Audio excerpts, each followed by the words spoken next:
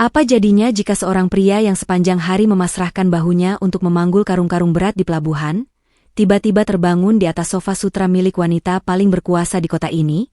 Inilah kisah tentang Fardan, seorang pemuda yang tak punya apa-apa selain mimpi, dan Nirmala, sang CEO cantik yang memiliki segalanya namun kehilangan warna dalam hidupnya. Pertemuan mereka tidak terjadi di pesta mewah, melainkan di sebuah ruangan sunyi di lantai teratas sebuah gedung megah saat jam menunjukkan pukul 2 dini hari.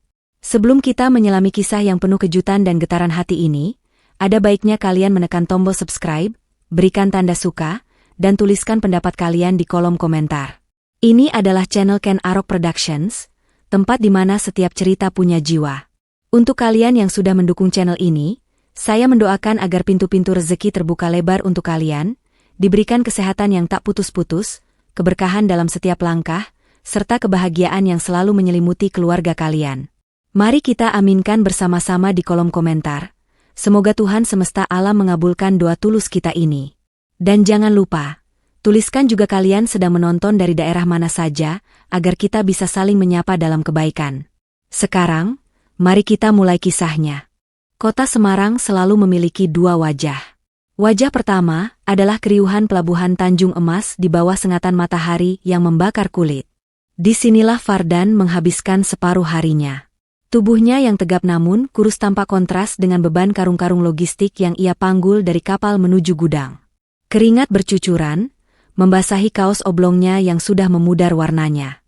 Baginya, setiap rupiah yang ia dapatkan adalah napas bagi anak-anak di panti asuhan tempatnya dibesarkan. Namun, di balik debu dan kasar telapak tangannya, Fardan menyimpan rahasia besar.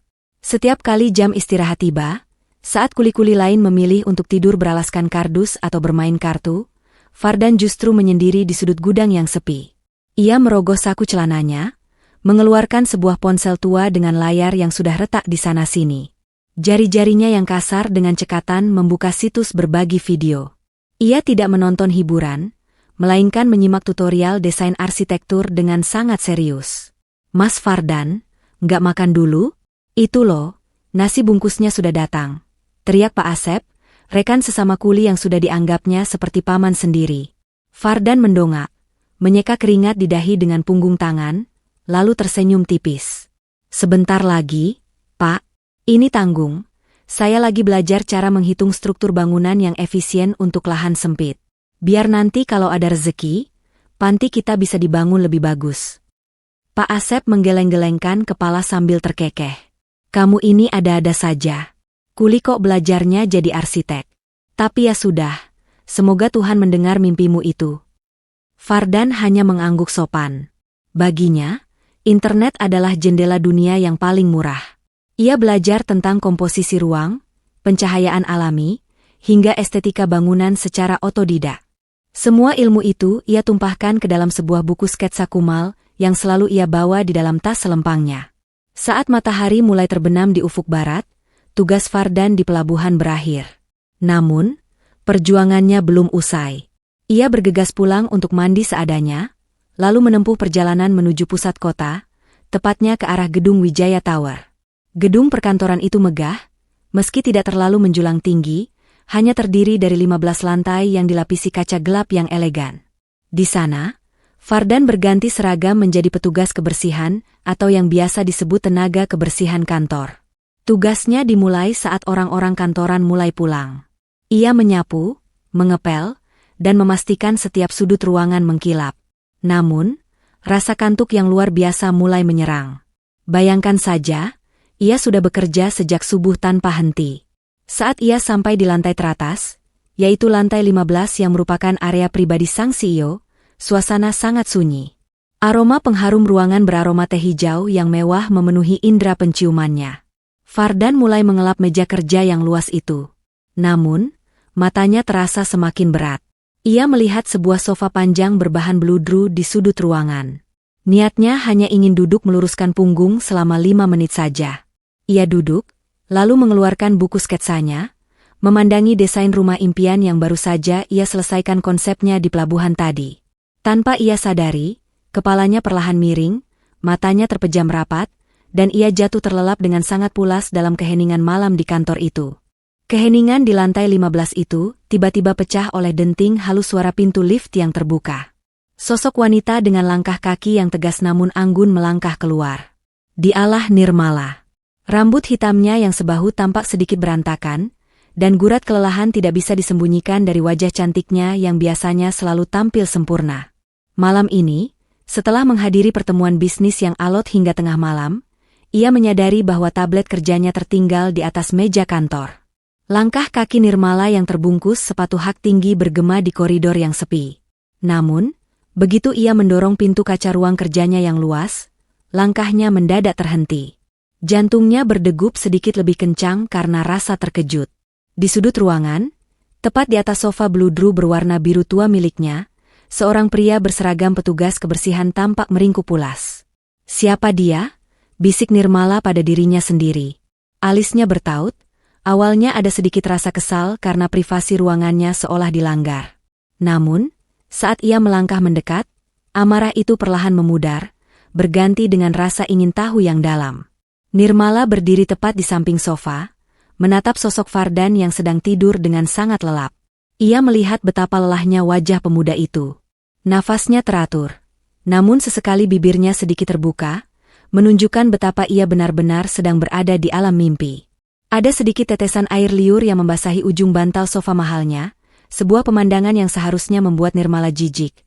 Namun anehnya, ia justru merasa pemandangan itu sangat jujur dan polos. "Capek sekali ya sampai tidak sadar tidur di sini," gumam Nirmala pelan, hampir tidak terdengar. Perhatian Nirmala kemudian teralih pada sebuah buku sketsa yang dipeluk erat oleh Fardan di dadanya. Karena rasa penasaran yang tak tertahankan, Nirmala mencoba mengambil buku itu dengan sangat perlahan. Ia berhasil. Saat ia membuka halaman demi halaman, matanya membelalak lebar. Di sana bukan sekadar coretan iseng, melainkan desain bangunan yang sangat matang. Ada rancangan gedung ramah lingkungan yang mengutamakan cahaya matahari, sebuah konsep yang sebenarnya sedang dicari oleh perusahaannya. Ini buatannya? Seorang petugas kebersihan bisa menggambar sedetail ini? Nirmala bertanya-tanya dalam hati. Rasa kagum mulai menyelinap di antara rasa kantuknya. Tiba-tiba, Fardan bergerak sedikit dalam tidurnya, membuat Nirmala tersentak kecil dan hampir menjatuhkan buku tersebut. Ia buru-buru meletakkan kembali buku itu di samping Fardan. Entah dorongan dari mana, Nirmala kemudian melepas blazer abu-abu mahal yang ia kenakan. Dengan gerakan yang sangat lembut, seolah takut membangunkan seekor kucing kecil, ia menyelimutkan blazer itu ke tubuh Fardan yang tampak sedikit kedinginan karena hembusan AC kantor. Nirmala mengambil selembar kertas catatan kecil dari mejanya, menuliskan sesuatu dengan pena emasnya, lalu menempelkannya di dahi Fardan yang tertidur. Ia tersenyum tipis, sebuah senyuman yang sudah lama tidak muncul di wajahnya yang kaku. "Selamat tidur, Mas Arsitek Misterius," ucapnya lirih sebelum akhirnya melangkah keluar ruangan dengan perasaan yang jauh lebih ringan daripada saat ia datang tadi. Cahaya matahari pagi mulai merayap masuk melalui celah gorden besar di lantai 15, menyentuh kelopak mata Fardan yang masih terpejam. Rasa hangat itu perlahan menariknya kembali ke alam sadar. Fardan menggeliat pelan, namun ia merasakan sesuatu yang aneh. Tubuhnya terasa lebih hangat dari biasanya, dan ada aroma harum bunga melati yang sangat lembut serta mewah terhirup oleh hidungnya. Seketika, mata Fardan terbuka lebar. Ia tersentak duduk tegak di atas sofa. Kesadarannya pulih sepenuhnya dan rasa panik langsung menyerang. Ia menyadari bahwa dirinya masih berada di ruang kerja CEO. "Aduh, mampus aku. Jam berapa ini?" Pekiknya tertahan sambil menoleh ke arah jam dinding. Jarum jam menunjukkan pukul 5:30. Jantungnya berdegup kencang, ia membayangkan surat pemecatan sudah menantinya di pintu depan. Namun, saat ia bergerak, sebuah kain berbahan halus jatuh dari bahunya. Fardan tertegun melihat sebuah blazer abu-abu wanita yang sangat elegan berada di pangkuannya. Belum sempat rasa bingungnya terjawab, ia merasa ada sesuatu yang menempel di dahinya. Ia meraba dahi, melepas benda itu, dan mendapati selembar kertas catatan kecil berwarna kuning dengan gambar beruang yang lucu.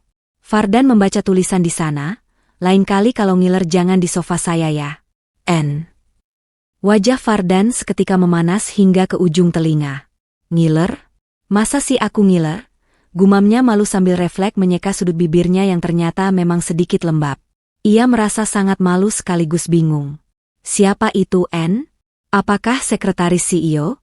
Atau jangan-jangan sang CEO sendiri yang melihatnya tidur dalam keadaan yang memalukan itu? Dengan terburu-buru, Fardan merapikan seragamnya dan memeluk buku sketsanya erat-alih. Ia bermaksud keluar secepat mungkin sebelum ada orang lain yang melihatnya. Namun, tepat saat ia memegang gagang pintu itu terbuka dari luar. Seorang wanita muncul. Ia tidak memakai pakaian formal seperti yang dibayangkan Fardan tentang seorang pimpinan. Wanita itu hanya mengenakan kaos putih polos dan celana jeans. Rambutnya diikat asal namun tetap terlihat sangat cantik. Itu adalah Nirmala yang sengaja datang lebih awal untuk melihat reaksi sang arsitek miliknya. Maaf, Mbak. Saya tadi tidak sengaja tertidur. Saya mohon jangan laporkan saya ke atasan, ucap Fardan dengan kepala tertunduk dalam, tangannya gemetar memegang blazer abu-abu itu. Nirmala menahan senyum melihat tingkah Fardan yang ketakutan. Ia memutuskan untuk melanjutkan sandiwaranya. Oh, jadi kamu yang tidur di sini semalam? Santai saja, saya juga baru datang. Fardan mendongak sedikit, merasa lega melihat wanita yang menurutnya sangat ramah ini. Mbak ini, sekretarisnya Bu CEO ya?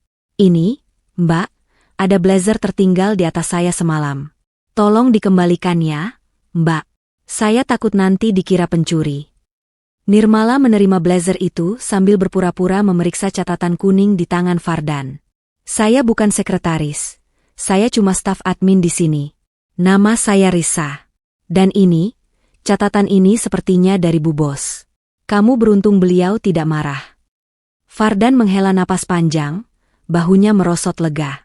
Syukurlah. Nama saya Fardan, Mbak Risa. Terima kasih ya sudah tidak membangunkan saya dengan cara yang kasar. Saya benar-benar kelelahan semalam. Nirmala mengamati wajah polos Fardan dari dekat. Ada gurat ketulusan yang jarang ia temui di dunia bisnisnya yang kaku. Sama-sama, Fardan. Tapi ingat ya, lain kali jangan diulangi. Oh iya, buku apa itu yang kamu peluk? Fardan langsung menyembunyikan buku sketsanya di balik punggung. Oh, ini cuma coretan tidak penting, Mbak. Saya permisi dulu ya, harus lanjut tugas di bawah sebelum pengawas datang. Fardan pun bergegas lari meninggalkan ruangan dengan langkah 1000, sementara Nirmala berdiri di ambang pintu sambil memandangi punggung pemuda itu dengan senyum yang semakin lebar. Coretan tidak penting katanya? Padahal itu adalah desain terbaik yang pernah aku lihat, bisiknya pelan. Setelah kejadian di pagi buta itu, bayangan wajah lelap Fardan seolah menempel di pikiran Nirmala. Sepanjang hari, saat memimpin rapat atau meninjau laporan keuangan, Nirmala seringkali kehilangan fokus. Ia teringat betapa polosnya Fardan saat tertidur dan betapa hebatnya desain bangunan yang ada di buku sketsa kumal itu. Nirmala yang biasanya dingin dan hanya peduli pada angka, kini merasa ada sesuatu yang menggelitik hatinya. Ia ingin tahu lebih banyak tentang pemuda itu, tapi tentu saja, ia harus tetap menjaga penyamarannya sebagai Risa, sang staf admin. Sore harinya, saat kantor mulai berangsur sepi, Nirmala sengaja turun ke lantai bawah menuju ruang istirahat atau pantry para petugas kebersihan. Ia mengganti kemeja mahalnya dengan sweater rajut yang lebih sederhana, dan melepaskan ikatan rambutnya agar terlihat lebih santai. Benar saja, ia menemukan Fardan di sana, sedang duduk di sudut ruangan sambil memegang sebuah kotak makan plastik berisi nasi dan tempe goreng sederhana. Di sampingnya, ponsel retak itu sedang memutar video tentang teknik pencahayaan bangunan. Mas Fardan, panggil Nirmala lembut, membuat Fardan tersentak hingga hampir menjatuhkan sendoknya. Fardan segera berdiri dan membungkuk sopan. Wajahnya langsung merona merah saat melihat wanita yang ia kira bernama Risa itu. Mbak Risa. Kaget saya, Mbak. Ada yang bisa saya bantu? Apa ruangan di lantai atas ada yang kotor lagi? Nirmala tertawa kecil, suara tawanya terdengar renyah dan jujur. Tidak ada yang kotor. Saya cuma mau mengambil air minum, malah ketemu kamu di sini. Kamu rajin sekali ya, makan saja sambil belajar. Fardan menggaruk tengkuknya yang tidak gatal, telinganya mulai memerah, tanda ia sedang merasa sangat malu. Ini cuma hobi kok, Mbak. Saya sadar saya ini cuma petugas kebersihan, tidak punya pendidikan tinggi. Jadi saya harus belajar lebih keras lewat internet, kalau mau punya masa depan yang lebih baik. Malu saya kalau Mbak lihat terus. Nirmala melangkah mendekat, ia duduk di kursi kayu di hadapan Fardan tanpa merasa risih sedikit pun. Kenapa harus malu? Belajar itu tidak mengenal kasta, Fardan. Oh iya, soal blazer semalam, terima kasih ya sudah mengembalikannya. Tapi, kamu tahu tidak? Bu Bos sempat bilang kalau dia sebenarnya tidak marah kamu tidur di sana. Mata Fardan membelalak. Benarkah, Mbak? Aduh, syukurlah kalau begitu. Saya sampai tidak bisa tidur siang tadi karena kepikiran mau dipecat. Tapi, catatan beruang itu, apakah Bu Bos orangnya memang lucu seperti itu? Nirmala hampir saja tersedak air minumnya sendiri mendengar pertanyaan polos Fardan. Lucu? Mungkin saja. Mungkin beliau hanya sedang dalam suasana hati yang baik semalam. Oh iya, saya lihat desainmu di buku itu. Bagus sekali. Kamu belajar dari mana? Fardan mulai bercerita dengan antusias. Ia menjelaskan bagaimana ia memperhatikan bentuk-bentuk gedung di Semarang, mulai dari arsitektur kolonial di Kota Lama hingga gedung-gedung modern. Saat bercerita, mata Fardan berbinar-binar, menunjukkan gairah yang sangat besar pada dunia arsitektur. Nirmala terpaku mendengarkan, ia merasa kagum bukan hanya pada bakat Fardan, tapi pada ketulusan mimpinya.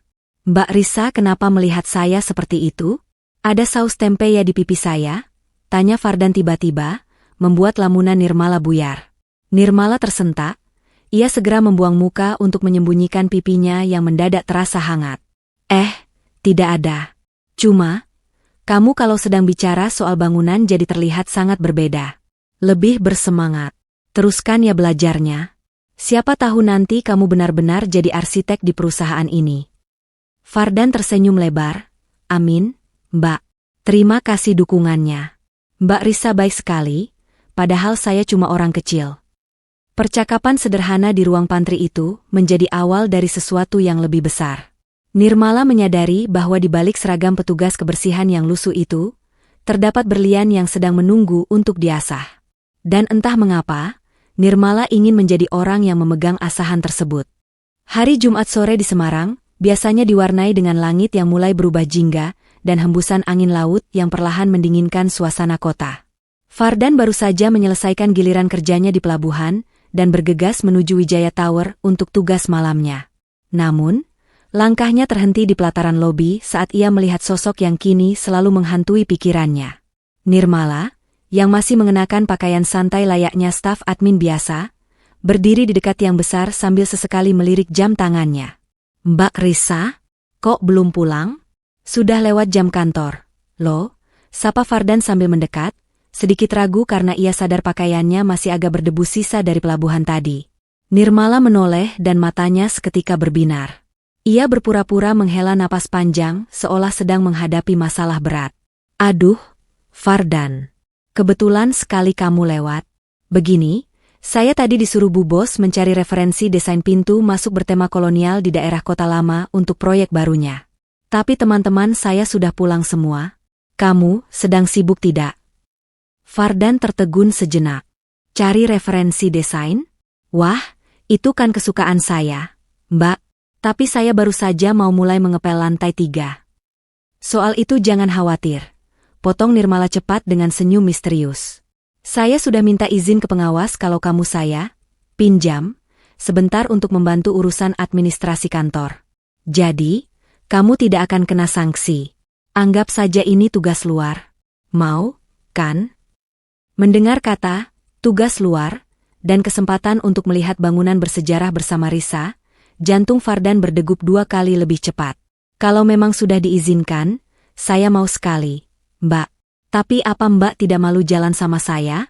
Baju saya cuma begini, kusam dan bau matahari. Nirmala tertawa pelan, lalu tanpa ragu ia menarik pelan ujung lengan baju Fardan. Kenapa harus malu? Bau matahari itu tandanya kamu orang yang rajin. Ayo, sebelum malam semakin larut. Kita naik motor kamu saja ya. Saya ingin merasakan angin Semarang. Fardan pun membawa Nirmala dengan motor tua miliknya menuju kawasan Kota Lama. Di sepanjang jalan, Fardan bercerita banyak hal yang ia pelajari dari internet tentang sejarah bangunan di sana. Nirmala mendengarkan dengan seksama, Sesekali ia merasa gemas saat melihat telinga Fardan yang memerah setiap kali motor mereka melewati lubang jalan dan membuat jarak di antara mereka semakin dekat. Setibanya di depan sebuah bangunan tua dengan jendela besar yang indah, mereka berhenti. Fardan segera mengeluarkan buku sketsanya, mulai menggambar garis-garis kasar dengan sangat terampil. Nirmala memperhatikan jemari Fardan yang bergerak lincah di atas kertas. "Mbak Risa, coba lihat jendela ini. Ini namanya gaya arsitektur Indische. Sangat megah tapi tetap punya sirkulasi udara yang baik. Cocok kalau diterapkan di Semarang yang panas," jelas Fardan dengan semangat yang meluap-luap. Nirmala hanya mengangguk-angguk. Namun pikirannya tidak tertuju pada jendela bangunan itu, melainkan pada ketulusan wajah Fardan. Tanpa sadar, ia bergumam pelan, "Kamu hebat sekali, Fardan. Bu Bos pasti bangga kalau tahu karyamu seberbakat ini." "Ah, Mbak Risa bisa saja. Saya ini cuma orang yang belajar dari video gratisan di internet," jawab Fardan sambil tersenyum malu. "Oh iya, sebagai tanda terima kasih sudah mengajak saya jalan-jalan, bagaimana kalau kita makan lumpia di sana? Saya yang traktir, Mbak. Tenang saja, uangnya sudah saya siapkan dari hasil lembur kemarin." Nirmala tersenyum manis, tawaran yang tidak mungkin saya tolak. "Ayo, Mas Arsitek." Lampu-lampu jalanan berwarna kuning keemasan mulai menyala, memandikan bangunan-bangunan tua di kawasan kota lama Semarang dengan suasana yang sangat romantis. Fardan memarkirkan motor tuanya di dekat sebuah gerobak lumpia legendaris yang asapnya mengepul wangi, mengundang selera siapapun yang lewat. Ia meletakkan helmnya dengan hati-hati, lalu menoleh ke arah Nirmala yang tampak terpana melihat keramaian orang yang duduk lesehan di atas tikar plastik. "Mbak Risa tidak apa-apa makan di pinggir jalan seperti ini? Maaf ya, saya belum mampu mengajak Mbak ke restoran yang ada AC-nya," ucap Fardan sambil sedikit merapikan rambutnya yang berantakan terkena angin. Nirmala tersenyum lebar, matanya berbinar melihat deretan lumpia yang baru saja diangkat dari penggorengan. "Justru ini yang saya cari, Fardan. Di kantor seharian sudah dingin terkena AC, makan di sini rasanya jauh lebih hangat dan hidup. Ayo, saya sudah lapar sekali." Fardan segera memesan 2 porsi lumpia dengan tambahan saus kental dan daun bawang. Saat pesanan datang, Fardan terlihat sangat bersemangat. Ia menyerahkan 1 piring kepada Nirmala dengan penuh rasa bangga. Namun, ada satu hal yang tidak Fardan ketahui. Nirmala selama ini selalu makan dengan sendok dan garpu perak di meja makan yang formal. Saat melihat lumpia yang harus dimakan langsung dengan tangan, Nirmala tampak sedikit bingung.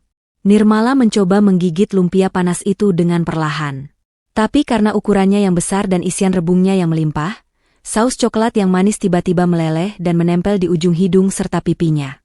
"Waduh, Mbak, pelan-pelan, sausnya sampai kemana-mana itu," celetuk Fardan sambil tertawa kecil.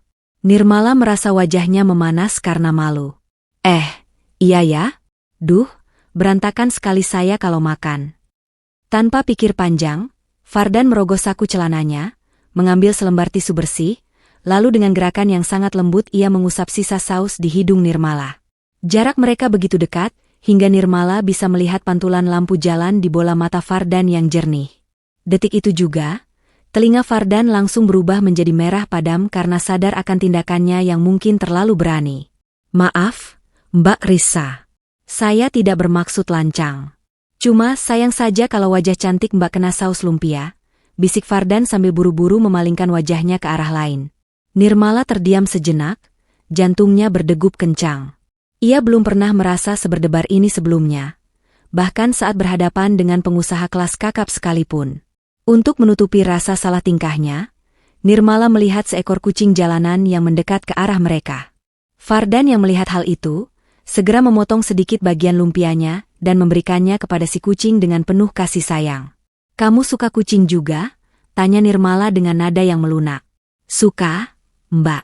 Di panti asuhan dulu saya sering merawat kucing liar. Mereka tidak punya siapa-siapa untuk meminta makan, jadi kalau kita ada rezeki lebih, tidak ada salahnya berbagi sedikit," jawab Fardan sambil mengelus kepala kucing itu.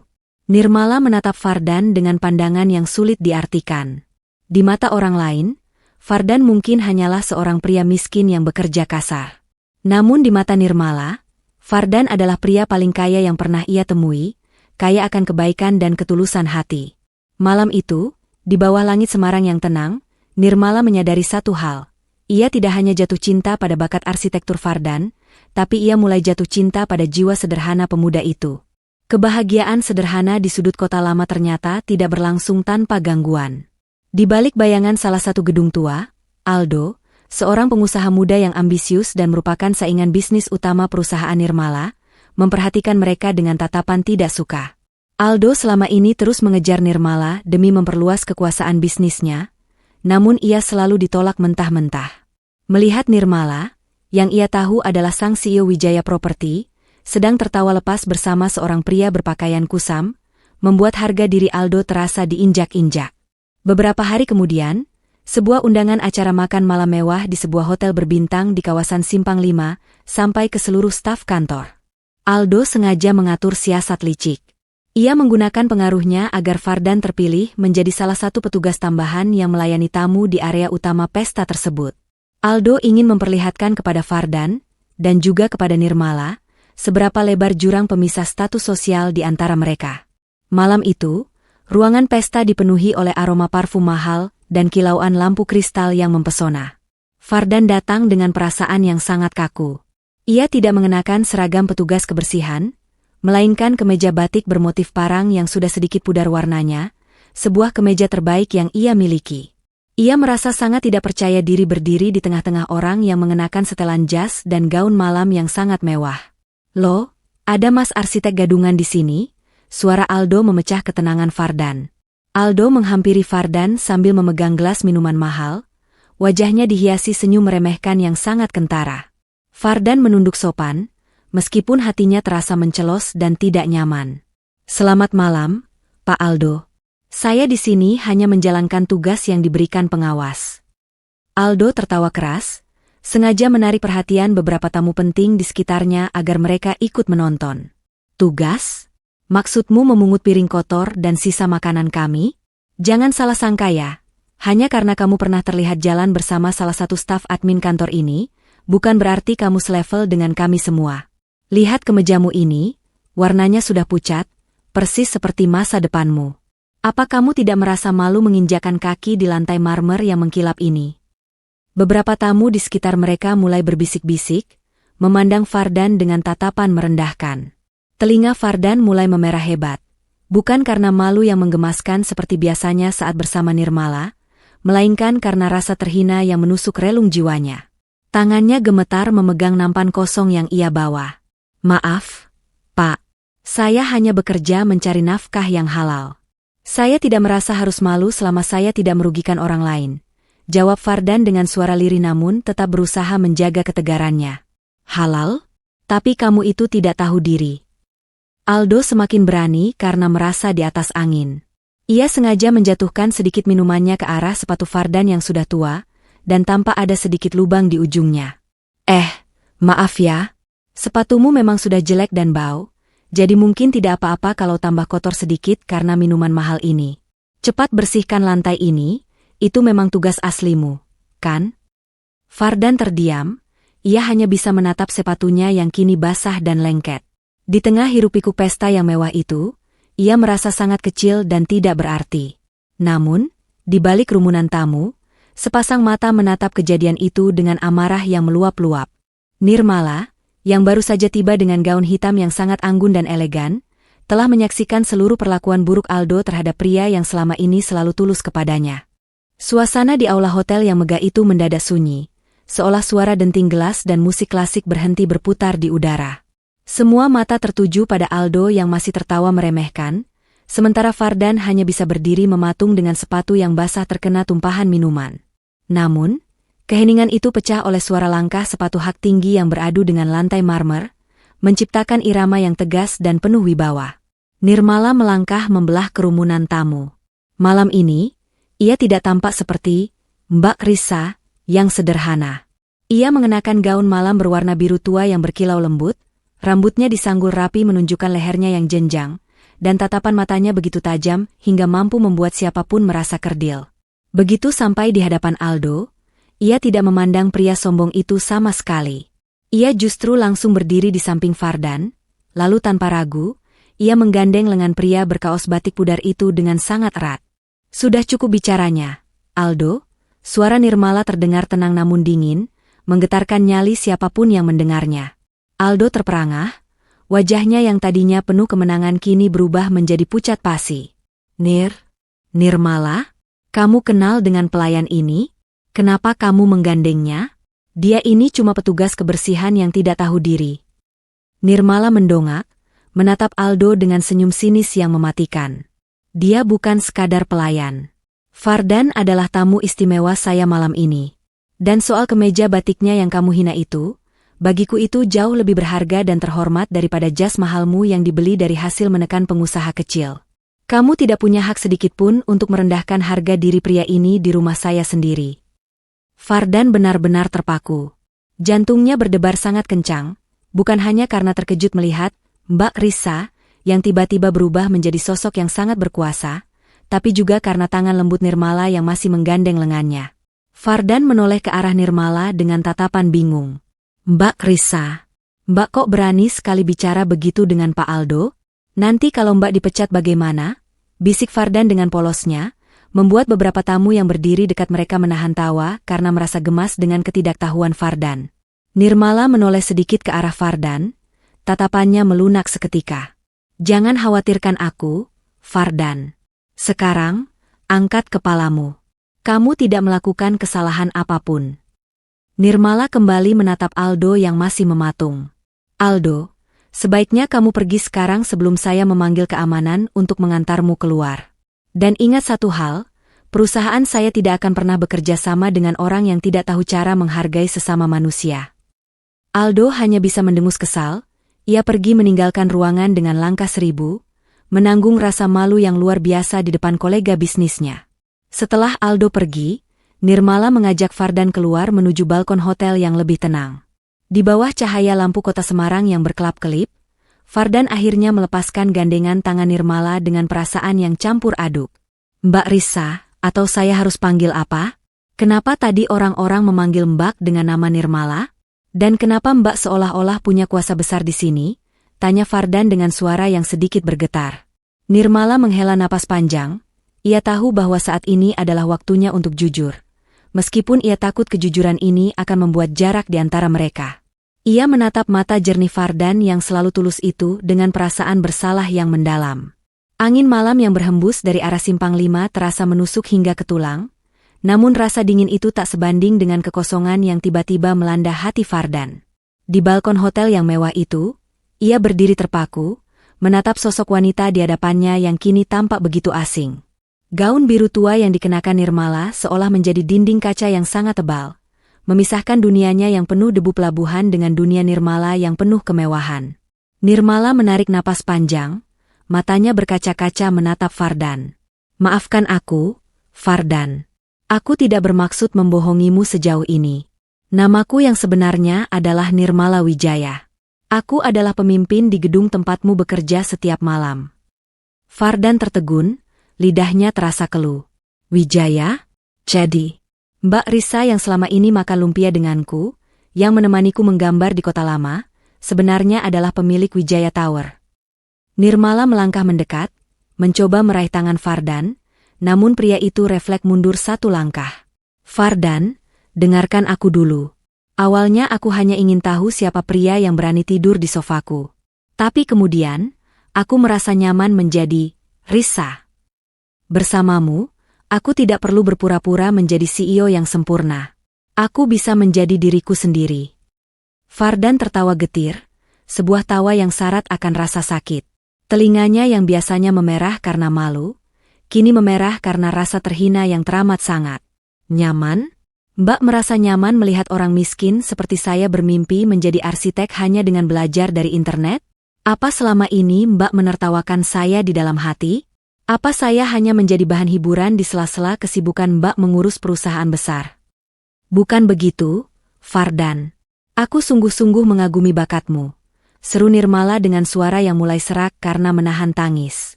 Cukup, Mbak, potong Fardan dengan nada suara yang rendah namun tegas. Ia menatap sepatunya yang masih basah karena tumpahan minuman Aldo tadi. Sekarang saya sadar kenapa Aldo begitu berani menghina saya. Karena memang disinilah tempat saya, di bawah kaki orang-orang seperti kalian. Saya yang bodoh karena sempat mengira seorang staf admin cantik bisa benar-benar peduli pada petugas kebersihan seperti saya. Fardan melepas kemeja batik pudar yang menjadi kebanggaannya malam ini, menyisakan kaos oblong putih di baliknya. Ia melipat kemeja itu dengan tangan yang gemetar.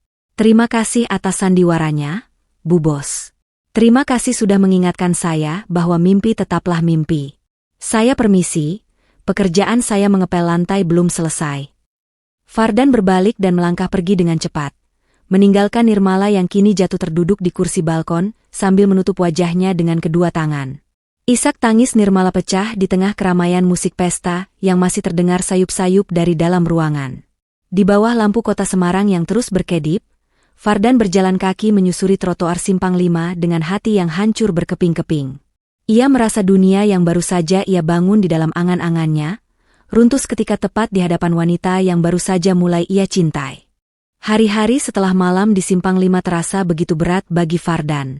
Ia memutuskan untuk mengambil cuti dari pekerjaannya di Wijaya Tower, karena belum siap berhadapan dengan Nirmala.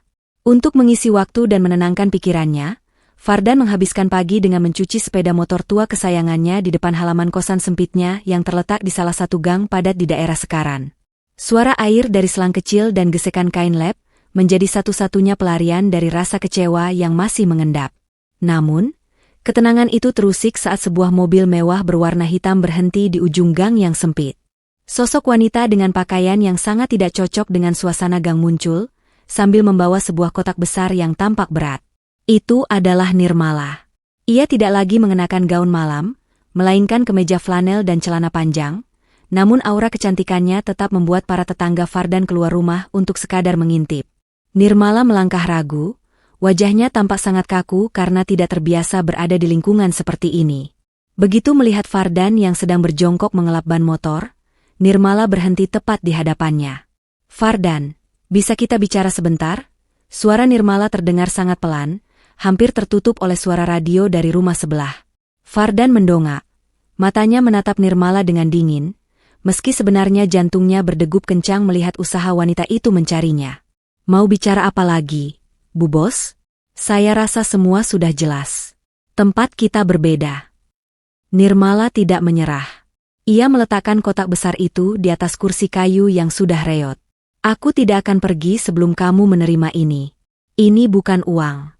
Ini adalah buku-buku referensi arsitektur yang aku pesan langsung untukmu. Ada teknik struktur, desain interior, sampai sejarah bangunan dunia. Aku tahu kamu suka belajar dari internet, tapi buku-buku ini akan membantumu lebih dalam lagi." Fardan terdiam melihat tumpukan buku mahal itu. Namun, harga dirinya masih merasa terusik. "Saya tidak butuh belas kasihan, Mbak." Melihat reaksi Fardan yang masih keras, Nirmala mencoba cara lain yang sangat tidak terduga. Ia melihat selang air yang tergeletak dan ember penuh sabun. "Baiklah, kalau kamu tidak mau bicara, biar aku bantu pekerjaanmu. Aku akan membuktikan kalau aku tidak sedang bersandiwara." Tanpa menunggu persetujuan, Nirmala meraih selang air itu. Namun, karena tidak terbiasa menggunakan selang dengan tekanan yang tidak stabil, air justru menyemprot ke arah yang salah. Ujung selang itu meliuk-liuk liar seperti ular, menyemprot wajah Nirmala sendiri hingga rambut dan kemejanya basah kuyup dalam sekejap. "Aduh, bagaimana mematikannya?" Seru Nirmala panik sambil mencoba menahan ujung selang, namun ia justru terpleset lantai yang licin terkena busa sabun. Fardan yang tadinya ingin bersikap dingin, tidak bisa lagi menahan diri. Ia segera berlari mendekat, menangkap pinggang Nirmala agar tidak jatuh ke lantai semen yang keras. Mereka membeku sejenak dalam posisi itu, di bawah guyuran air selang yang masih menyala. Wajah Nirmala yang basah kuyup tampak begitu menggemaskan dengan mata yang mengerjap-ngerjap karena kemasukan air. "Sudah saya bilang, jangan aneh-aneh. Mbak itu CEO, bukan tukang cuci motor," ujar Fardan sambil meraih selang dan mematikan keran air. Suaranya sudah tidak sedingin tadi, justru terdengar ada nada khawatir yang terselip. Nirmala mengusap wajahnya yang basah, lalu menatap Fardan dengan tulus. "Aku mungkin CEO yang hebat di kantor, tapi di sini aku cuma wanita yang sedang belajar minta maaf pada pria yang dia sayangi. Tolong, jangan menjauh lagi." Fardan melihat ke arah kemeja Nirmala yang menempel di badan karena basah, lalu melihat telapak tangan Nirmala yang merah karena memegang kotak berat tadi. Tembok pertahanan di hati Fardan mulai retak. Ia menghela napas panjang, lalu mengambil handuk kecil miliknya dan memberikannya kepada Nirmala. Masuklah dulu ke dalam. Keringkan rambut Mbak, nanti bisa masuk angin. Setelah itu, kita bicara soal buku-buku ini, kata Fardan lirih sambil memalingkan wajahnya agar Nirmala tidak melihat telinganya yang sudah berubah menjadi merah padam. Pagi itu, suasana di lantai 15 Wijaya Tower tampak jauh lebih tegang dari biasanya. Di dalam ruang rapat utama yang berdinding kaca transparan, beberapa jajaran direksi duduk dengan wajah kaku. Di depan mereka, sebuah proyek besar sedang dipertaruhkan. Proyek itu adalah renovasi total panti asuhan tempat Fardan dibesarkan, yang kini menjadi salah satu tanggung jawab sosial perusahaan. Masalahnya, desain dari arsitek senior perusahaan dianggap terlalu mahal dan tidak memiliki jiwa, sehingga proyek itu terancam dibatalkan atau dialihkan ke pihak ketiga yang hanya mengejar keuntungan. Nirmala berdiri di ujung meja, menatap satu persatu bawahannya dengan pandangan tajam. Di tangannya, ia memeluk sebuah buku sketsa kumal yang sampulnya sudah mulai mengelupas. Itu adalah buku milik Fardan yang ia ambil diam-diam saat kunjungan kaku ke kosan Fardan tempo hari. Ia telah mempelajari setiap garis dan catatan kecil yang ditulis Fardan di sana. Desain yang kalian ajukan ini dingin. Tidak ada rasa kemanusiaan di dalamnya, ujar Nirmala sambil menghempaskan beberapa map laporan ke atas meja. Kalian membangun gedung, bukan membangun rumah untuk anak-anak. Salah satu direktur senior berdeham, mencoba membela diri. Tapi Bu Nirmala, ini adalah standar arsitektur modern. Lagi pula, anggaran kita terbatas. Jika Ibu ingin desain yang lebih berjiwa, biayanya akan membengkak 2 kali lipat. Nirmala tersenyum tipis, sebuah senyum yang penuh rahasia.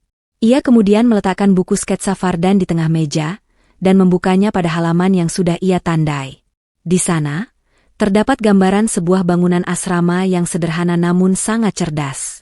Fardan merancang ventilasi silang yang memungkinkan udara Semarang yang panas tetap terasa sejuk tanpa banyak menggunakan alat pendingin ruangan. Ia juga memanfaatkan material lokal yang murah namun kuat. Lihat ini, kata Nirmala. Ini adalah karya seorang arsitek yang memahami arti sebuah rumah. Desain ini memanfaatkan cahaya matahari secara maksimal sehingga menghemat listrik, dan ruang terbukanya membuat anak-anak bisa bermain dengan bebas. Yang paling penting, biaya pembangunannya jauh lebih rendah dari apa yang kalian ajukan. Seluruh orang di ruangan itu terdiam. Mereka saling berbisik, terkesima dengan detail teknis yang sangat matang. Siapa yang menggambar ini, Bu? Arsitek dari luar negeri? Tanya salah satu direksi dengan nada kagum. Nirmala merasakan dadanya sesak oleh rasa bangga yang luar biasa. Ia teringat bagaimana Fardan bercerita tentang tutorial internet yang ia tonton setiap malam di sela-sela kelelahannya. Untuk saat ini, namanya tidak perlu kalian tahu. Namun saya ingin desain ini yang digunakan. Saya ingin kalian membedah konsep ini dan menyiapkannya untuk dipresentasikan dalam sayembara terbuka minggu depan. Setelah rapat berakhir dan ruangan menjadi sepi, Nirmala kembali duduk di kursi kebesarannya. Ia mengusap perlahan permukaan kertas sketsa Fardan yang sedikit kasar. Ada noda sisa kopi dan bekas sidik jari Fardan di sana, yang justru membuat Nirmala merasa sangat dekat dengan pria itu. Ia mendekatkan buku itu ke wajahnya, menghirup aroma kertas tua yang bercampur dengan sisa harum sabun cuci motor yang kemarin sempat ia rasakan. Aku akan membuktikan kepada mereka, dan terutama kepadamu, Fardan, bahwa mimpimu bukan sekadar bunga tidur, bisik Nirmala pelan. Ia tersenyum gemas saat melihat ada gambar kucing kecil di pojok sketsa tersebut. Sebuah detail manis yang menunjukkan betapa lembutnya hati sang pembuat. Nirmala tahu, ini adalah awal dari rencana besarnya untuk membawa Fardan kembali, bukan sebagai petugas kebersihan, melainkan sebagai bintang yang bersinar di perusahaannya sendiri. Gema sayembara desain arsitektur yang diadakan oleh Wijaya Property segera menyebar ke seluruh penjuru kota Semarang. Spanduk besar terpasang di depan gedung pusat di kawasan Simpang 5, dan iklan-iklan muncul di setiap media sosial. Syaratnya sederhana namun sangat menantang, membangun rumah dengan hati. Nirmala sengaja mengatur agar sayembara ini bersifat tertutup dalam tahap awal pemilihan, sehingga identitas pengirim desain tidak akan diketahui oleh tim penilai sampai pemenang utama ditentukan. Ini adalah cara Nirmala untuk melindungi Fardan sekaligus membuktikan bakat pria itu tanpa ada campur tangan jabatan. Di sebuah warung kopi sederhana di pinggiran jalan raya daerah Sekaran, Fardan duduk termenung menatap layar ponselnya yang retak. Ia melihat iklan sayembara itu muncul di beranda akunnya. Jantungnya berdegup kencang, tangannya mendadak dingin. Ia sangat mengenali proyek tersebut. Itu adalah rencana renovasi panti asuhan tempat ia menghabiskan seluruh masa kecilnya. Mas Fardan, kok melamun terus? Itu kopi susunya nanti dingin. Sayang lo sudah dibayar. Tegur Pak Asep, Satpam Wijaya Tower yang hari itu sedang tidak bertugas dan kebetulan bertemu Fardan di warung yang sama. Fardan menunjukkan layar ponselnya kepada Pak Asep dengan ragu. Lihat ini, Pak. Perusahaan Bu Nirmala sedang mengadakan sayembara buat renovasi panti asuhan saya. Saya ingin sekali ikut. Saya sudah punya konsepnya sejak lama. Tapi siapa saya, Pak? Saya cuma orang yang belajar dari video-video gratisan di internet. Saingan saya pasti arsitek-arsitek hebat yang punya ijazah dari luar negeri. Pak Asep menepuk bahu Fardan dengan keras. Tawanya meledak hingga membuat beberapa pengunjung warung menoleh. Mas Fardan, dengar ya. Ijazah itu cuma selembar kertas. Tapi apa yang ada di kepalamu dan ketulusan di hatimu, itu yang tidak bisa dibeli dengan uang miliaran. Kenapa tidak dicoba saja? Pakai nama samaran kalau Mas memang merasa malu. Jangan biarkan mimpi Mas layu sebelum berkembang hanya karena rasa minder.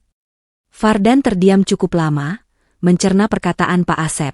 Namun, ada satu hal lagi yang membuatnya ragu, yaitu Nirmala. Sejak kejadian di depan kosan tempo hari, ia belum berani menemui wanita itu lagi. Ia takut harapannya terlalu tinggi, dan ia masih merasa sedikit terluka karena mengira Nirmala hanya sedang mengasihaninya. Tanpa sepengetahuan Fardan, sebuah mobil hitam dengan kaca gelap tampak terparkir tak jauh dari warung kopi tersebut. Di dalamnya, Nirmala memperhatikan Fardan dengan tatapan yang sulit diartikan. Ia tersenyum sangat tipis saat melihat Fardan mulai membuka buku sketsa kumalnya kembali dan mencoret-coret sesuatu dengan serius. Nirmala berbisik pada dirinya sendiri, "Ayo, Fardan. Tunjukkan pada mereka semua apa yang bisa dilakukan oleh seorang pria pekerja keras sepertimu. Aku menunggu karyamu." Malam itu, Fardan tidak tidur sama sekali. Ia menghabiskan waktu berjam-jam di sebuah persewaan komputer atau warnet kecil untuk memindahkan sketsa tangannya ke dalam format digital. Tangannya gemetar saat menggerakkan tetikus. Namun ingatannya tentang setiap sudut panti asuhan membimbing jemarinya. Ia menambahkan detail taman kecil untuk tempat belajar anak-anak, jendela yang sangat lebar agar mereka bisa melihat bintang sebelum tidur, dan ruang makan yang terasa hangat seperti pelukan seorang ibu. Saat fajar mulai menyingsing di ufuk timur kota Semarang, Fardan menarik napas panjang dan menekan tombol kirim pada formulir pendaftaran daring. Di kolom nama peserta, ia tidak menuliskan nama aslinya. Ia menuliskan sebuah nama samaran yang hanya diketahui olehnya dan kenangannya di masa lalu, Anak Bintang. Setelah menekan tombol itu, Fardan bersandar di kursi warnet yang keras. Telinganya memerah hebat karena rasa gugup dan semangat yang bercampur menjadi satu. Ia tidak tahu apa yang akan terjadi selanjutnya. Namun ia merasa sangat lega karena telah memberikan seluruh hatinya untuk panti asuhan itu. Sementara itu, di lantai 15 Wijaya Tower, Nirmala menerima notifikasi di laptopnya bahwa ada satu peserta baru yang mendaftar. Saat melihat judul karya, Anak Bintang, Nirmala langsung tahu siapa pengirimnya. Ia memeluk laptopnya dengan perasaan gemas yang tak tertahankan, membayangkan betapa hebatnya pria yang ia cintai itu berjuang dalam diam. Aula utama gedung Wijaya Tower telah disulap menjadi panggung megah yang dipenuhi oleh para arsitek ternama dan petinggi perusahaan. Udara dingin dari pendingin ruangan terasa menusuk kulit, namun bagi Fardan, dinginnya ruangan itu tak sebanding dengan keringat dingin yang membasahi punggungnya.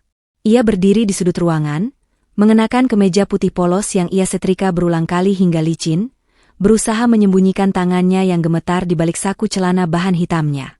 Hari ini, di balik nama samaran, Anak Bintang, ia harus mempertanggungjawabkan karyanya di hadapan para juri. Satu persatu peserta mempresentasikan desain mereka dengan bahasa teknis yang rumit dan grafis 3 dimensi yang canggih. Fardan merasa semakin kecil.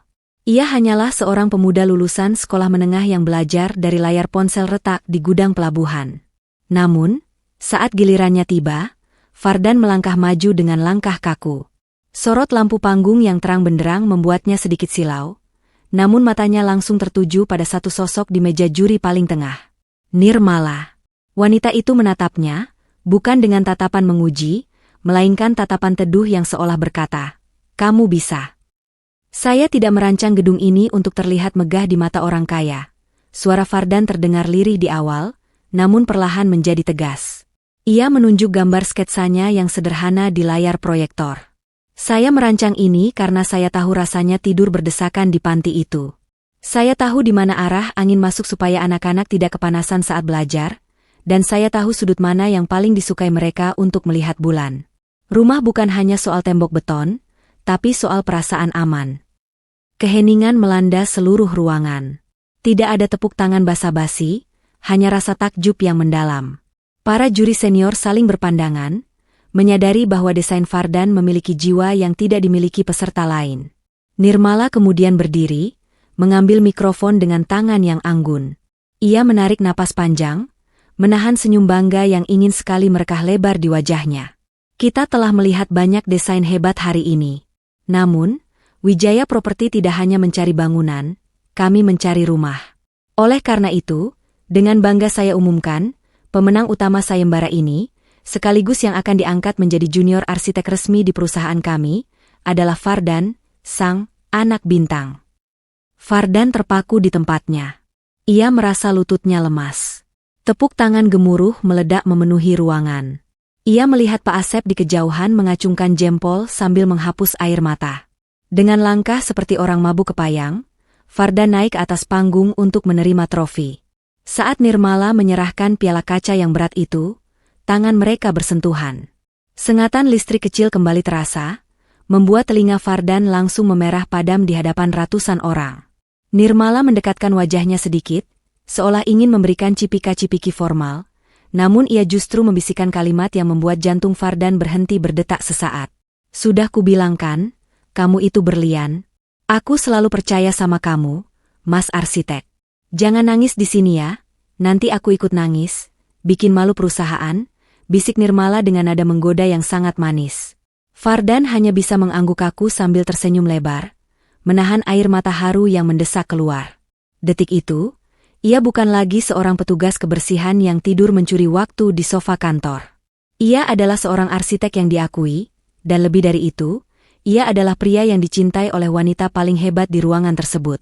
Matahari Semarang siang itu bersinar dengan gagahnya, membakar semangat para pekerja di lokasi proyek renovasi panti asuhan, Gria Harapan.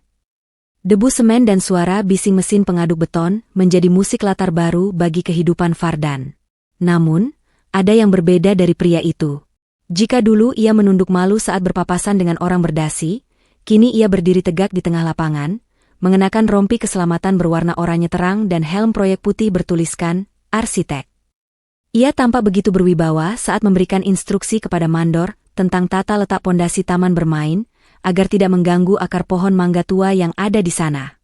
Di tengah kesibukan itu, sebuah mobil sedan hitam berhenti di gerbang proyek. Nirmala turun dengan gaya khasnya.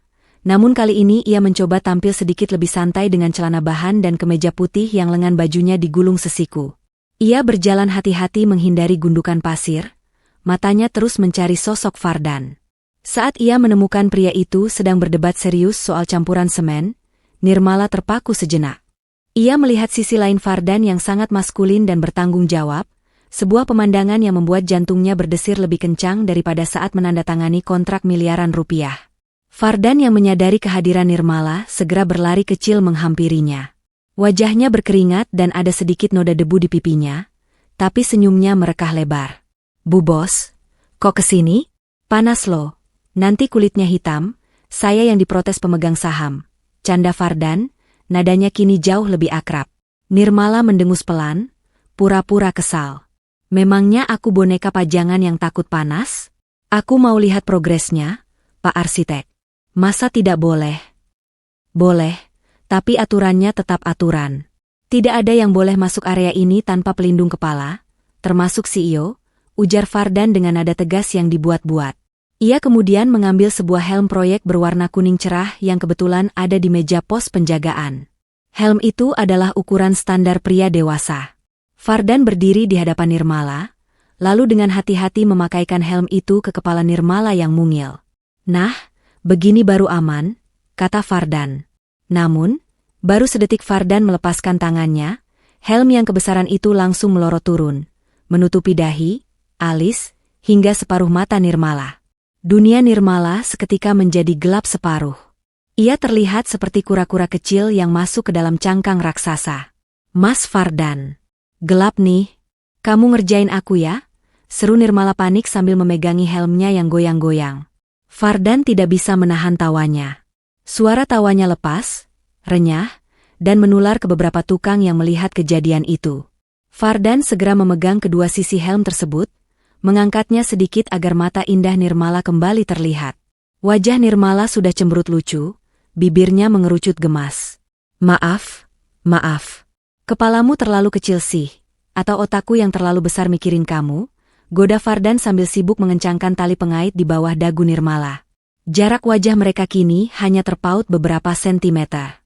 Nirmala bisa mencium aroma keringat Fardan yang bercampur wangi sabun, aroma kerja keras yang sangat ia sukai. Jemari Fardan yang kasar menyentuh lembut kulit dagu Nirmala saat mengunci tali helm. Nirmala terdiam, matanya menatap lekat bibir Fardan yang masih menyunggingkan senyum. Sudah pas sekarang? Tanya Fardan lembut, suaranya merendah. Nirmala mengangguk kaku, pipinya merona merah menyaingi warna batu bata di belakang mereka. Sudah. Jangan diketawain lagi. Awas ya kalau nanti desain tamannya jelek, potong gaji. Ancam Nirmala dengan suara yang tidak bertenaga sama sekali karena salah tingkah. Fardan hanya tersenyum, lalu menggandeng tangan Nirmala, sebuah keberanian baru yang ia miliki, untuk menuntunnya berkeliling melihat mimpi mereka yang sedang dibangun bata demi bata. Malam itu, angin di Semarang berhembus sedikit lebih kencang, membawa hawa dingin yang menyejukkan setelah seharian kota itu dipanggang matahari. Motor tua Fardan meraung pelan saat menanjak menyusuri jalanan berkelok menuju Bukit Gombel. Di boncengan belakang, Nirmala memeluk pinggang Fardan dengan erat, kepalanya bersandar nyaman di punggung bidang pria itu. Tidak ada mobil mewah, tidak ada sopir pribadi, hanya ada mereka berdua dan hamparan langit malam yang luas. Sesampainya di sebuah warung sederhana di pinggir tebing, Fardan memarkirkan motornya. Tempat itu jauh dari kata mewah. Hanya ada kursi-kursi plastik dan meja kayu panjang. Namun, pemandangan di depannya bernilai miliaran rupiah.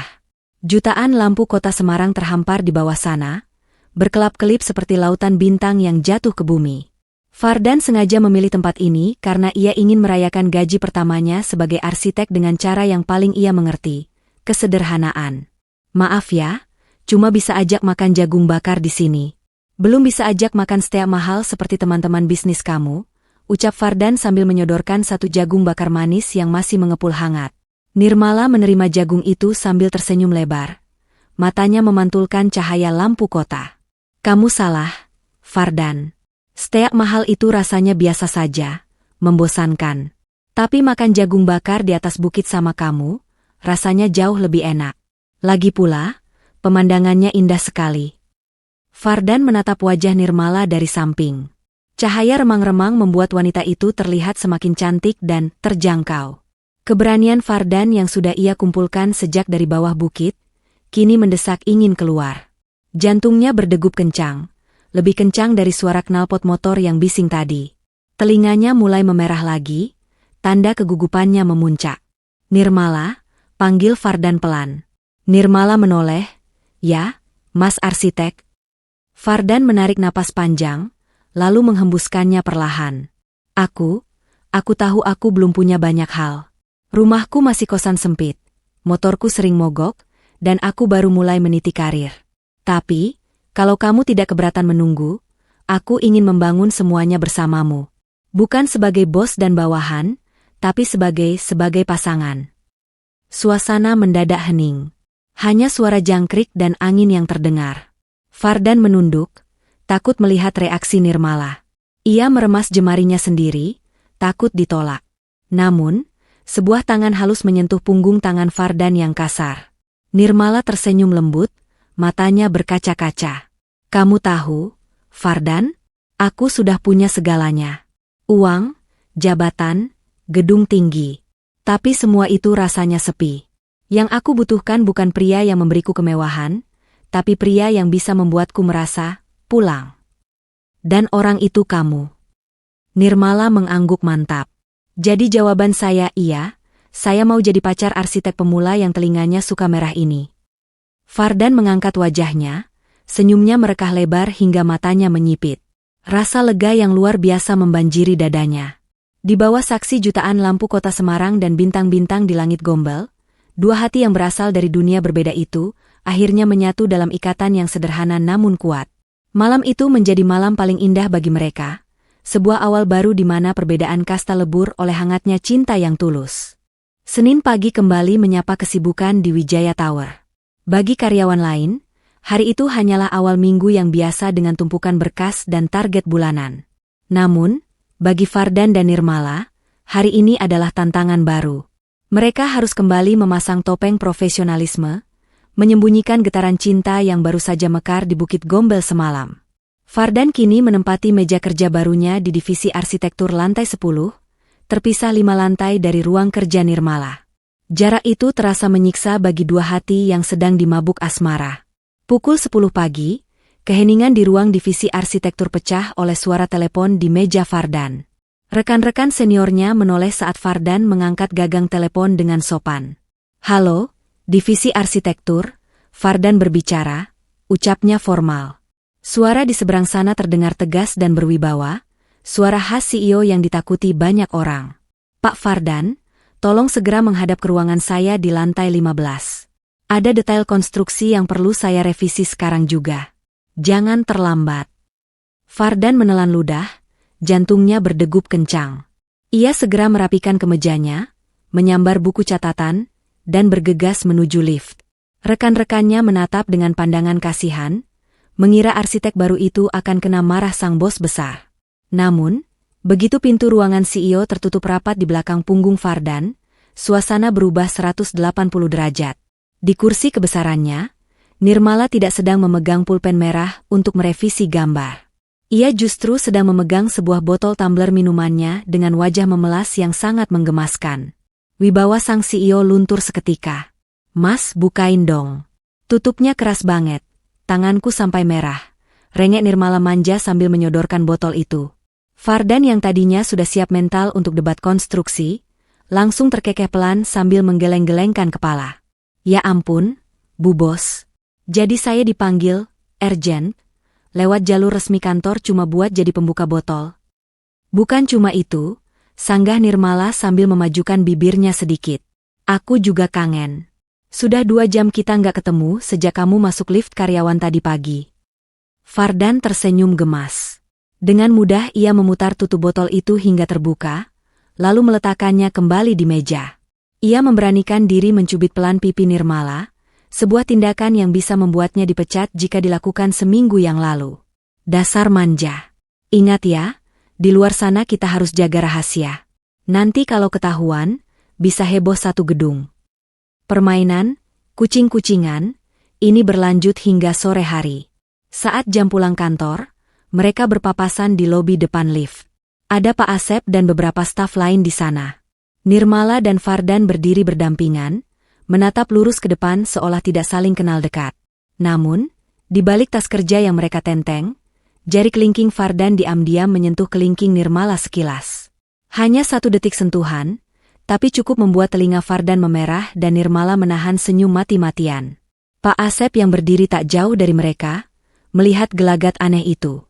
Ia melihat telinga Fardan yang merah dan pipi Nirmala yang merona. Satpam tua itu hanya bisa membetulkan topinya sambil bergumam pelan. Bau-baunya ada yang lagi kasmaran nih. Dasar anak muda, dikira orang tua kayak saya nggak paham kode-kodean." Waktu berjalan begitu cepat, seolah ikut berlari mengejar mimpi-mimpi yang dulu hanya tergambar di atas kertas lusuh. 1 tahun telah berlalu sejak sayembara itu, dan kini wajah kawasan pinggiran Semarang telah berubah. Di tanah yang dulu berdiri bangunan panti asuhan reot, kini berdiri tegak sebuah kompleks hunian yang asri, modern, namun tetap membumi. Bangunan itu tidak menjulang angkuh menantang langit, melainkan merangkul bumi dengan desain ramah lingkungan yang memanfaatkan angin dan cahaya matahari. Itulah Gria Harapan, mahakarya pertama dari Fardan yang akhirnya selesai dibangun. Hari peresmian pun tiba. Tenda-tenda putih terpasang rapi, dihiasi janur kuning yang melengkung indah menyambut para tamu undangan. Bukan hanya pejabat daerah yang hadir, tetapi juga arsitek-arsitek senior yang dulu meragukan kemampuan seorang mantan kuli pelabuhan. Namun, sorot lampu utama hari itu bukan tertuju pada kemewahan acara, melainkan pada sosok pria yang berdiri tegap di atas podium. Fardan mengenakan kemeja batik lengan panjang bermotif parang berwarna coklat tanah, rambutnya ditata rapi, dan wajahnya memancarkan aura kepercayaan diri yang matang. Tidak ada lagi Fardan yang menunduk malu, yang ada adalah seorang profesional yang menguasai panggungnya.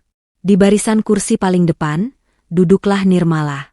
Sebagai CEO, seharusnya ia duduk dengan punggung tegak dan ekspresi formal menjaga wibawa perusahaan. Namun hari ini, topeng CEO itu runtuh sepenuhnya. Nirmala duduk dengan tubuh sedikit condong ke depan, kedua tangannya memegang ponsel pintar yang diarahkan lurus ke podium. Ia merekam setiap detik pidato Fardan dengan senyum yang tak pernah lepas dari bibirnya, persis seperti seorang ibu yang sedang menyaksikan anaknya wisuda, atau seorang istri yang sedang menatap kebanggaan hidupnya. Gedung ini tidak dibangun dengan semen dan batu bata semata. Suara Fardan menggema jernih melalui pengeras suara, tenang dan menyentuh hati. Setiap dindingnya dibangun dengan doa anak-anak panti, dan setiap jendelanya dirancang untuk menangkap harapan. Saya, Fardan, yang dulu hanya berani bermimpi di sela-sela jam istirahat kuli panggul, berdiri di sini untuk membuktikan bahwa tidak ada mimpi yang terlalu tinggi jika kita mau mendakinya. Nirmala merasakan pandangannya mengabur. Air mata haru mendesak keluar di sudut matanya. Ia teringat kembali malam itu, saat ia menemukan pemuda ini tertidur lelap dengan mulut sedikit terbuka dan sisa iler di sofa kantornya. Siapa sangka, pemuda yang dulu ia selimuti dengan blazer karena kasihan, kini telah tumbuh menjadi pria hebat yang karyanya bermanfaat bagi ratusan anak yatim piatu. Dada Nirmala sesak oleh rasa bangga yang meledak-ledak. Saat Fardan turun dari podium diiringi tepuk tangan riuh yang membahana, Nirmala tidak peduli lagi pada protokol. Ia berdiri menyambut Fardan. Meskipun mereka masih harus menjaga jarak fisik di depan kamera wartawan, tatapan mata mereka saling mengunci erat. Bagaimana pidato saya tadi, Bu Bos? Tidak memalukan perusahaan, kan? Bisik Fardan saat berhasil mendekat ke arah Nirmala di tengah kerumunan. Nirmala menggeleng pelan, ia menyeka ujung matanya dengan jari. Memalukan apanya? Kamu tahu, Mas? Rasanya aku ingin mengambil mikrofon itu dan berteriak ke semua orang kalau arsitek hebat di depan sana itu adalah laki-laki pilihanku. Kamu luar biasa, Fardan. Sangat luar biasa. Fardan tersenyum, telinganya kembali memerah tipis mendengar pujian itu. Di tengah hiruk-pikuk perayaan kesuksesan itu, bagi Nirmala, gedung megah di hadapan mereka hanyalah latar belakang. Pemandangan terindah baginya adalah senyum tulus Fardan, bukti nyata bahwa keputusannya untuk mempercayai pria sederhana itu adalah investasi terbaik yang pernah ia lakukan seumur hidupnya. Hiruk-pikuk pesta peresmian telah usai. Keriuhan tepuk tangan, kilatan lampu kamera, dan ucapan selamat dari para pejabat kini telah berganti dengan keheningan malam yang menenangkan di balkon apartemen pribadi Nirmala. Di lantai 25 ini, suara bising kota Semarang hanya terdengar seperti dengungan lebah yang jauh. Namun, ada pemandangan yang sangat kontras dan menggelitik perut jika ada orang lain yang melihatnya. Dua sosok yang tadi siang tampil begitu elegan dan berwibawa, kini duduk bersila di atas karpet bulu dengan penampilan yang jauh dari kata formal. Fardan dan Nirmala mengenakan piyama pasangan yang sangat konyol. Motifnya bukan garis-garis elegan atau sutra mahal, melainkan gambar beruang coklat kecil yang memenuhi seluruh kain. Sebuah penghormatan lucu untuk pesan beruang di sticky note yang menjadi awal kisah mereka. Fardan memegang mug berisi coklat panas, uapnya mengepul menari-nari di udara dingin malam itu, sementara matanya menatap kosong ke arah lampu-lampu kota. Mas, kok melamun lagi? Coklatnya nggak enak ya? Tanya Nirmala sambil menyandarkan kepalanya di bahu Fardan. Fardan tersentak pelan, lalu menggeleng. Ia meletakkan mug itu di meja kecil. Bukan begitu, Nirmala. Aku masih merasa takut. Rasanya semua ini terjadi terlalu cepat. Setahun yang lalu, aku cuma orang yang mengintip kemewahan kota ini dari balik jendela pos satpam atau gudang pelabuhan. Sekarang, aku duduk di sini, di samping wanita paling hebat di kota ini, dengan karya yang dipuji banyak orang. Kadang aku takut kalau besok pagi aku bangun, ternyata aku masih tertidur di sofa kantormu dan semua ini cuma bunga tidur. Nirmala mengangkat kepalanya, menatap dalam-dalam ke manik mata Fardan. Ia melihat keraguan yang jujur di sana, ketakutan seorang pria sederhana yang merasa dirinya terlalu kecil untuk takdir yang begitu besar. Nirmala kemudian meraih kedua tangan Fardan, menggenggam telapak tangan yang masih terasa kasar bekas kerja keras itu. "Dengar aku, Fardan," suara Nirmala terdengar lembut namun tegas. "Kamu mungkin melihatku sebagai wanita yang punya segalanya. Uang, jabatan, apartemen mewah. Tapi kamu tahu tidak? Sebelum ketemu kamu, tempat ini dingin sekali. Aku pulang kerja, disambut ruangan kosong. Aku punya banyak kolega bisnis, tapi tidak ada satupun tempat aku bisa bicara jujur tanpa takut dijatuhkan. Hidupku hampa, Fardan. Persis seperti gedung tinggi tanpa penghuni." Nirmala mengusap punggung tangan Fardan dengan ibu jarinya. "Lalu kamu datang. Dengan polosnya tidur di sofaku, membawa sketsa mimpi yang tulus, dan mengajakku makan lumpia di pinggir jalan. Kamu tidak silau dengan hartaku, kamu melihatku sebagai Mbak Risa, sebagai manusia biasa. Kamu yang mengisi ruang kosong di hatiku. Jadi, jangan pernah merasa kecil. Justru aku yang beruntung, karena pria sebaik kamu memilih untuk mencintaiku." Mendengar pengakuan itu, pertahanan Fardan runtuh. Ia menyadari bahwa di balik sosok CEO yang tangguh itu, ada hati yang kesepian yang membutuhkan kehangatan yang hanya bisa diberikan oleh kesederhanaannya. Fardan menarik Nirmala ke dalam pelukannya, mendekapnya erat seolah tidak ingin melepaskannya lagi. "Terima kasih sudah menjadi rumah buat aku, Nirmala," bisik Fardan di puncak kepala Nirmala. "Aku janji, aku nggak akan takut lagi.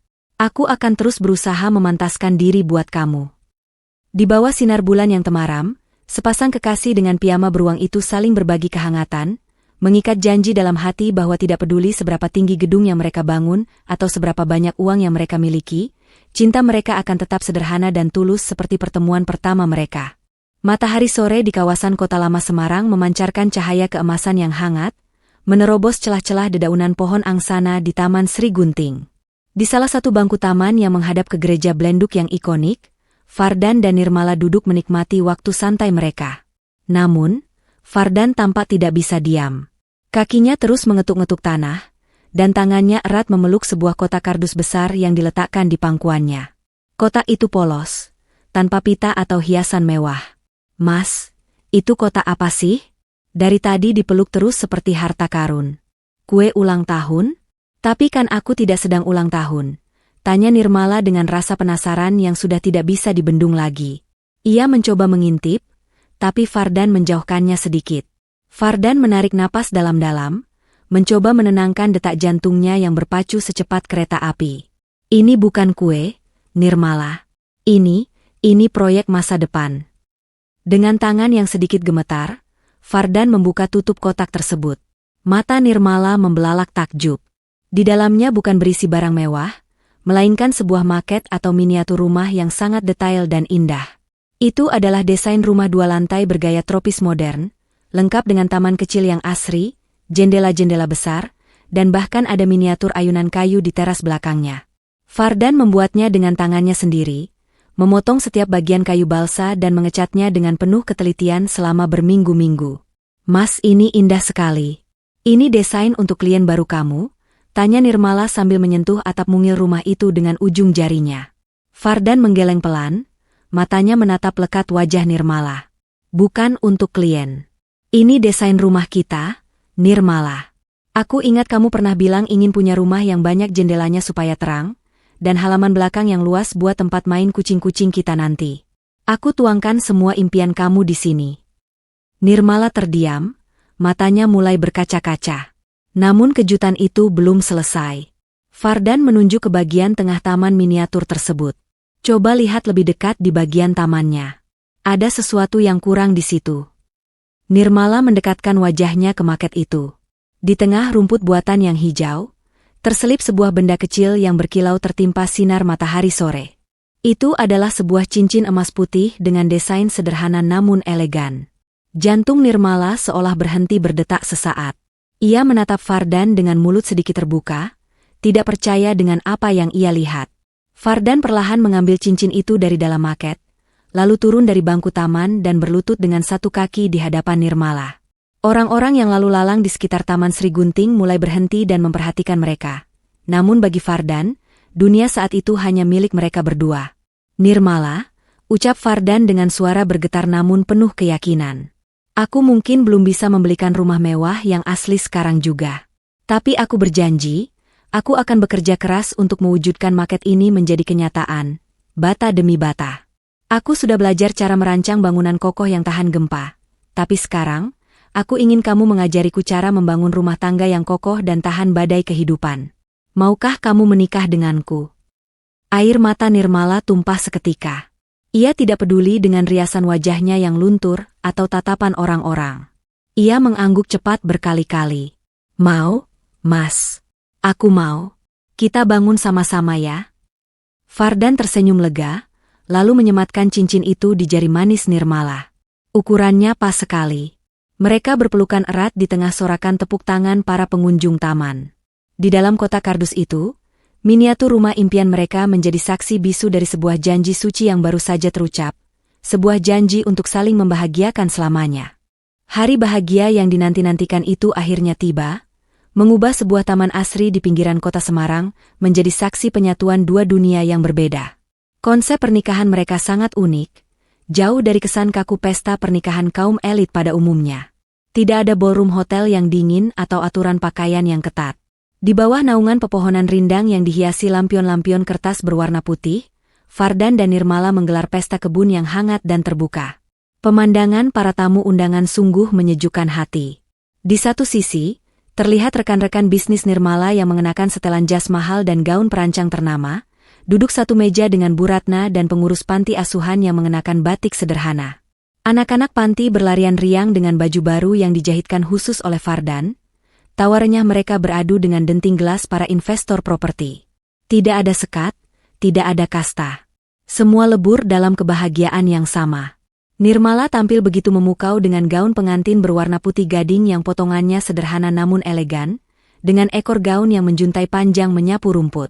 Sementara Vardan, gagah dalam balutan beskap modern berwarna krem, tak henti-hentinya tersenyum hingga pipinya terasa pegal.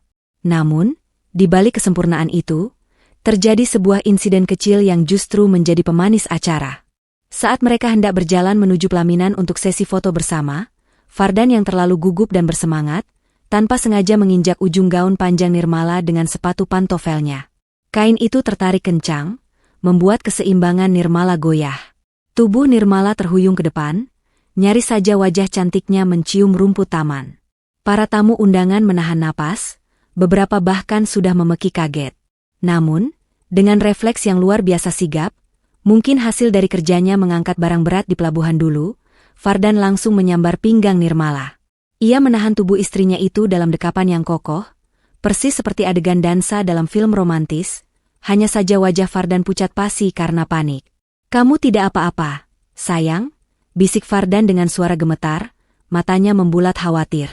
Nirmala yang masih dalam posisi setengah dipeluk, justru tertawa kecil. Ia berbisik balik, "Aku aman, Mas. Untung saja refleksmu cepat. Dan untung juga." Nirmala sedikit menyingkap bagian bawah gaunnya yang berlapis-lapis itu, memperlihatkan kakinya. Ternyata, sang CEO tidak mengenakan sepatu hak tinggi kaca ala Cinderella, melainkan sepasang sandal jepit karet berwarna biru yang sangat membumi. "Untung aku pakai ini. Kalau pakai hak tinggi, pasti kakiku sudah keseleo," lanjut Nirmala sambil mengedipkan sebelah matanya. Vardan melongo sejenak, lalu tawa lepasnya pecah seketika. Ia tidak menyangka wanita yang dulu sangat perfeksionis ini, kini begitu santai mengenakan sandal jepit di hari pernikahannya sendiri demi kenyamanan. Momen itu tertangkap oleh fotografer dan menjadi foto paling favorit mereka. Vardan yang tertawa lebar sambil memeluk Nirmala yang tersenyum jahil sambil memamerkan sandal jepitnya. Tepuk tangan meriah dari para tamu membahana, bukan karena atraksi jatuhnya, tapi karena melihat betapa bahagianya pasangan itu.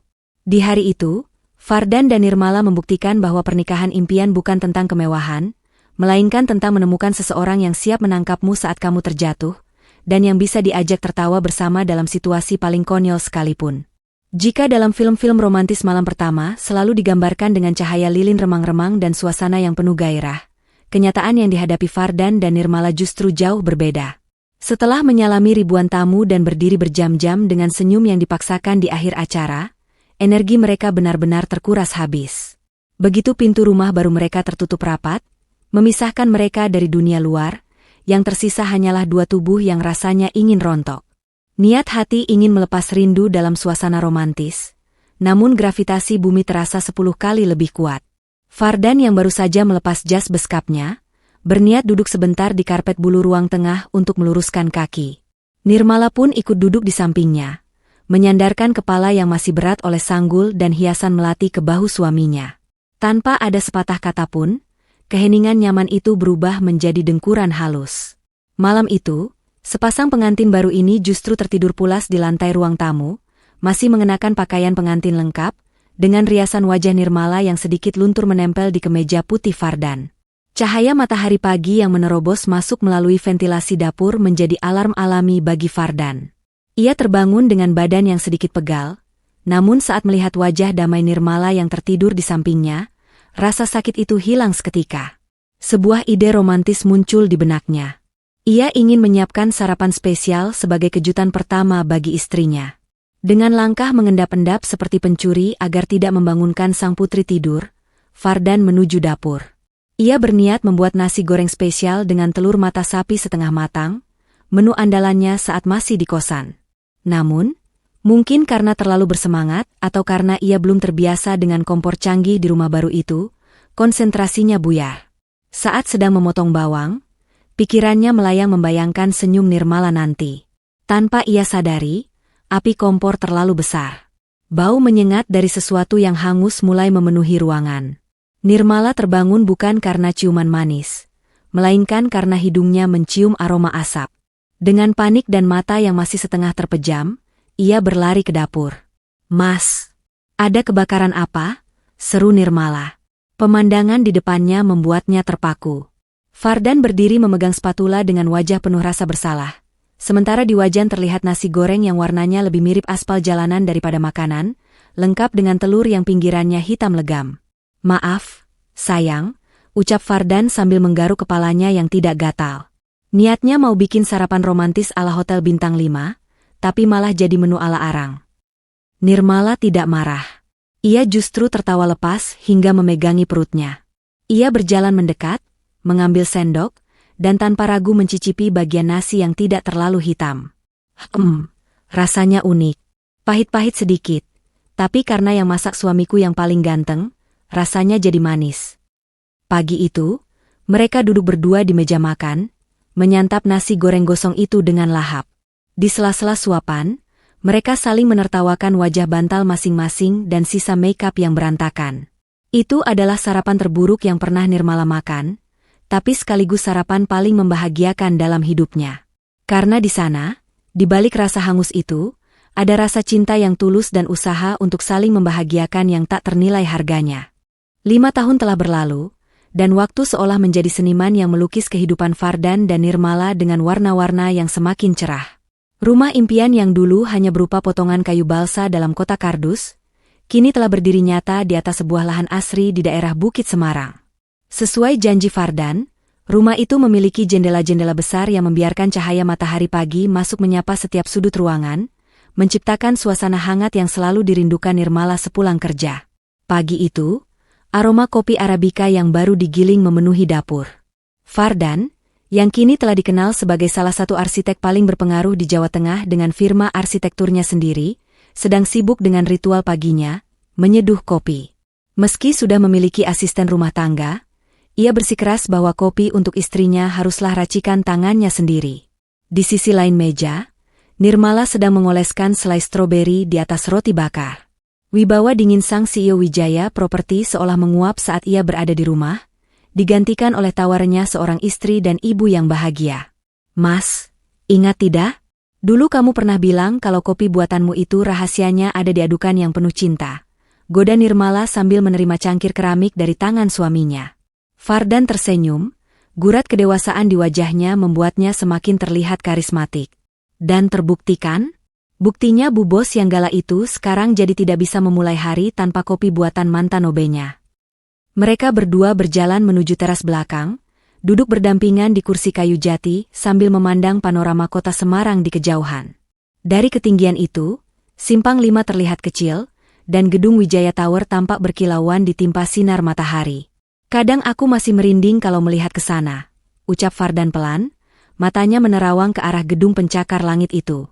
Kalau saja malam itu aku tidak terlalu lelah, kalau saja aku tidak ketiduran di sofamu, dan kalau saja kamu memilih untuk mengusirku alih-alih menyelimutiku dengan blazer, mungkin kita tidak akan duduk di sini sekarang. Nirmala meletakkan kepalanya di bahu Fardan, menggenggam tangan suaminya erat. Itu bukan kebetulan, Mas. Tuhan punya cara yang lucu untuk mempertemukan dua hati. Dia membuatmu lelap, supaya aku bisa bangun dan sadar bahwa yang aku cari selama ini ada di depan mata. Kamu adalah lelap yang membawa berkah buat hidupku. Angin pagi berhembus lembut, menerbangkan ujung rambut Nirmala. Di sana, dalam keheningan yang penuh syukur, kisah cinta si petugas kebersihan dan sang CEO menemukan muara abadinya. Mereka membuktikan bahwa cinta tidak mengenal sekat kaca gedung bertingkat atau debu pelabuhan. Cinta hanya mengenal ketulusan. Sahabat Ken Arok Productions, itulah akhir perjalanan cinta Fardan dan Nirmala.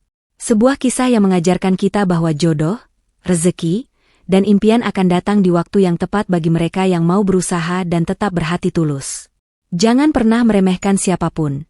Karena bisa jadi orang yang kita pandang sebelah mata hari ini, adalah berlian yang sedang menunggu untuk bersinar esok hari. Terima kasih sudah setia mendengarkan cerita ini dari awal hingga akhir.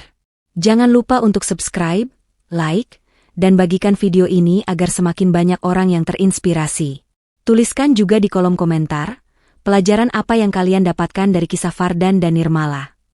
Sampai jumpa di cerita-cerita menarik selanjutnya, hanya di Ken Arok Productions. Salam inspirasi.